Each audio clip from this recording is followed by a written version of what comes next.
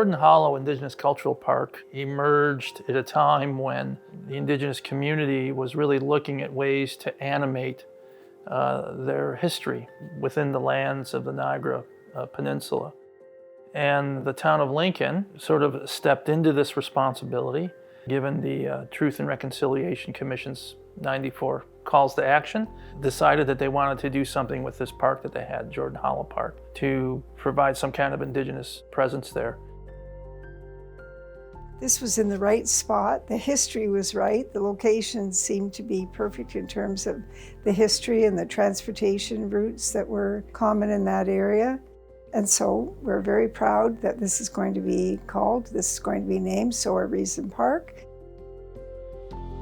We came to the name of Sho'ari through a bit of debate and kind of looking into the history of the region, what Indigenous peoples were residing in this territory, who was predominantly here. And I actually absolutely love the process of looking at the neutral nation language and what were the remnants of the words that they had. We learned very quickly that there are only a handful of words that remain in the neutral nation language.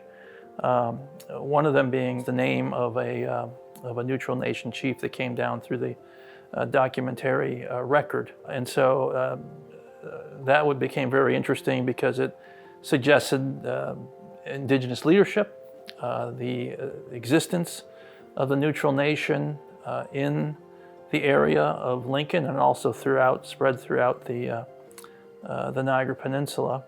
And so that then became a focal point as we move forward in the conversation.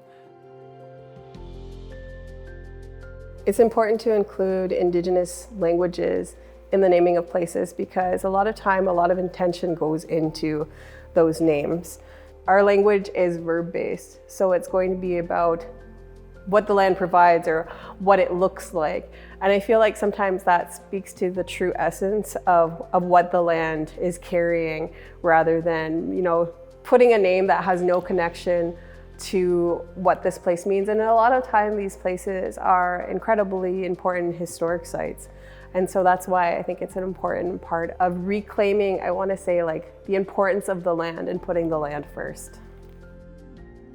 I don't think that people should be afraid to say the name Sho'ari Park.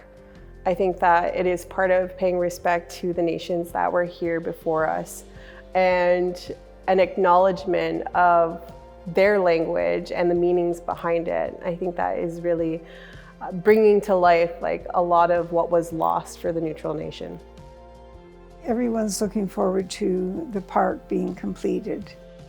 It's particularly joyful because of the way in which the entire park and that project has evolved. And to realize that as a placemaking spot, one spot within the community, we're going to have art, we're going to have healing gardens, we're going to have architecture, we're going to have all of the natural beauty that surrounds that small area, plus the much bigger relationship to the 20 Mile Creek.